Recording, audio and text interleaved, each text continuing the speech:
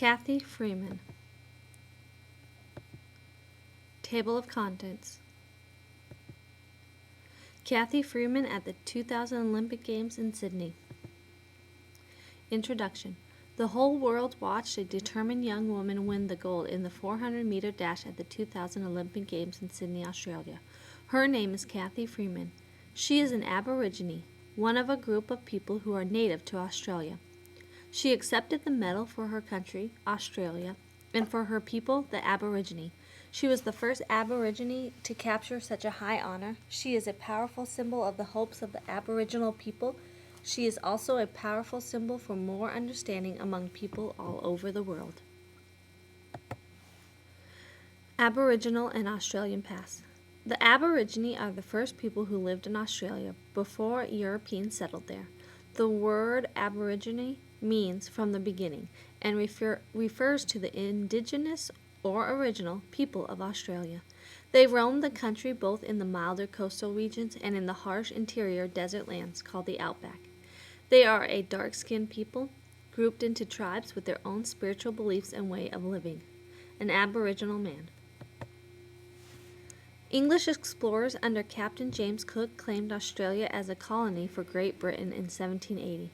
British settlers soon followed. They believed their way of life was better than the tribal way and called the Aborigines inferior. There was a great deal of fighting between the newcomers and the Aborigines.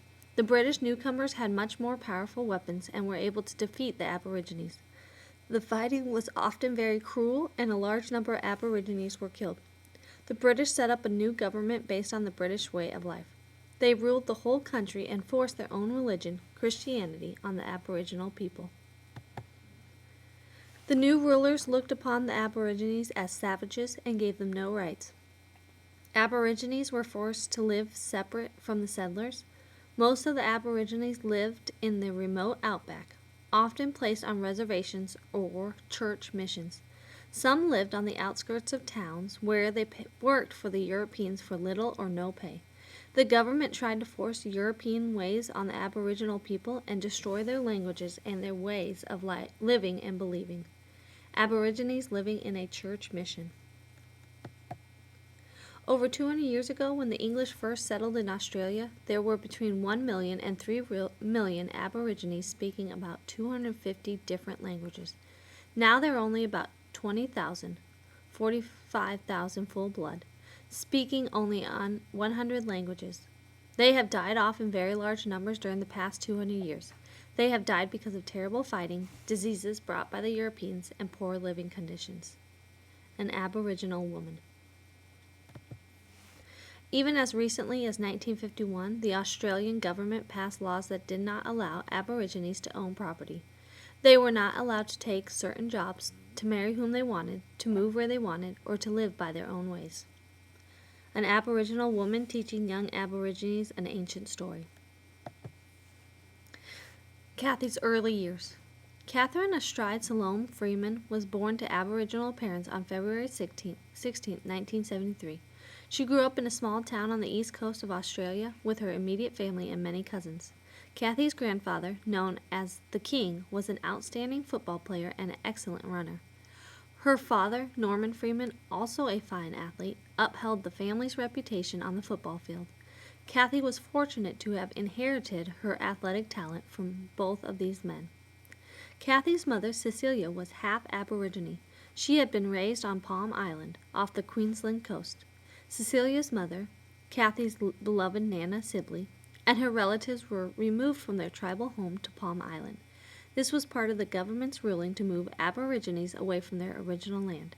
This kind of unjust treatment in her own family helped Cathy to develop a fighting spirit. When Cathy was 5 years old, her father left the family after being very sick and developing a drinking problem. Cathy's mother struggled to earn a living to support her family. Her second daughter, Anne Marie, had been born with a disabling illness. At 9 years of age, Anne Marie had been placed in a home for children with special needs. To Cathy, her sister's disability reminded her of how fortunate she was to have a healthy, strong body with which to accomplish her dreams. Cathy ran her first race when she was 6. Her teacher and her new stepfather, Bruce Barber, recognized her speed, grace, and energy as she ran laps around the local track. Bruce predicted that she would become an Olympic star, and he set about to help make it happen. Cathy started her training with the dream that she would someday become a champion Olympic runner. At age 11, Cathy set a new national record in the high jump at a big track meet in Melbourne. In the same year, she won state titles in the 100-meter and 200-meter sprints and the high jump for her age group. Encouraged by her family, Cathy attended excellent high schools on scholarships. She trained under a professional coach who prepared her for her first great victory when she was 16. She won a gold medal in the 4x100-meter relay team at the Commonwealth Games in 1990. That same year, she was voted Young Australian of the Year. In the following year, she was named Aboriginal Athlete of the Year. Young Cathy. The Aborigines win some rights. During the decade of the 1960s, Cathy's tribal people were speaking out to gain more rights. The first important success was a law passed in 1967 that allowed Aborigines to become citizens. This law gave them the right to vote and to receive some government benefits. They were finally able to have a say in Australian government policies.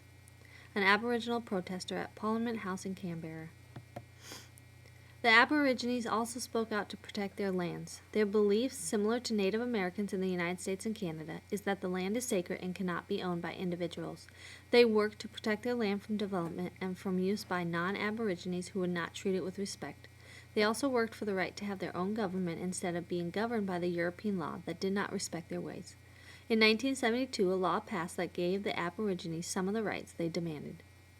Aboriginal Territory Sign, Uluru National Park, Australia. Cathy on the road to success. These gains in citizenship and the right to own and manage land were great victories for the Aborigines. They have had more than 200 years of mistreatment to overcome. Cathy Freeman was becoming widely known for her amazing running ability, but as an Aborigine, she still had to deal with many non-Aborigines thinking she was inferior. Cathy took great pride in who she was and wanted all the people in Australia to be proud of her accomplishments, both as an Aborigine and as an Australian. She tried to speak out to correct the wrongs against her people. It wasn't always easy, but she had courage and determination. 1994 Commonwealth Games in Victoria, British Columbia, Canada. In 1994, at the Commonwealth Games in Victoria, Cathy won gold medals in the 200-meter and 400-meter races. In celebration, she ran around the track carrying both the red, white, and blue Australian flag and the black, red, and yellow Aboriginal flag. Some people disapproved of her showing the tribal flag. They said what she did was an act of protest. Cathy responded that she was merely showing her national pride. After some time, it became clear that all the people of Australia, both non-Aboriginal and Aboriginal, were looking upon this young, remarkable, world-class runner as a real champion. She was winning the sport of all the people in her rise to face. Cathy running in the 1996 Summer Olympic Games. Cathy's dream of going to the Olympic Games came true in 1996 in Atlanta, Georgia. She ran the 400-meter dash in her best time ever. It made her the 6th fastest woman in history, but she lost the gold medal to an even faster runner. She did win the silver, and with it the respect and admiration of the Australian people. Cathy takes the silver medal in the women's 400-meter final at the 1996 Olympic Games in Atlanta, Georgia. The following year, she won a major international track title at a World Championship event in Athens, Greece. As she circled the stadium in the victory lap, she again carried both the Australian and the Aboriginal flags, and no one objected. Soon after, she was named Australian of the Year. This took another step toward being an important role model for Aborigines. In doing so, she was helping all Australians come together as one people. Carrying the Australian national flag and the Aboriginal community flag after winning the women's 400-meter event in Athens. The years 1998 and 1990 brought Cathy even more success. She again won the 400-meter title at a World Championship event and the national title at Melbourne. She showed her great belief in herself and in her ability to succeed through constant training. She would not let success go to her head. Cathy said, "Money makes life easier, but I don't want to be rich. I don't want to be a celebrity either. As long as my family and loved ones are there, I am happy. My family has always come first. I have always found security and comfort in their arms." Athens World Championship, 1999, Seville, Spain. Olympic fame. The Olympic Games of the year 2000 were held in Sydney, Australia. Cathy Freeman was a leading contender for a gold medal. She was honored by being chosen to light the Olympic torch. Then, in a stunning 400-meter run, Cathy won Australia's 100th gold medal in a stadium in her own country. All Australians cheered wildly as they watched her carry both flags in her victory lap. Together they sang the national anthem and proudly spoke about "Our Cathy." Cathy presented her bouquet of Australian flowers to her mother, Cecilia, whose teary face was filled with pride and joy.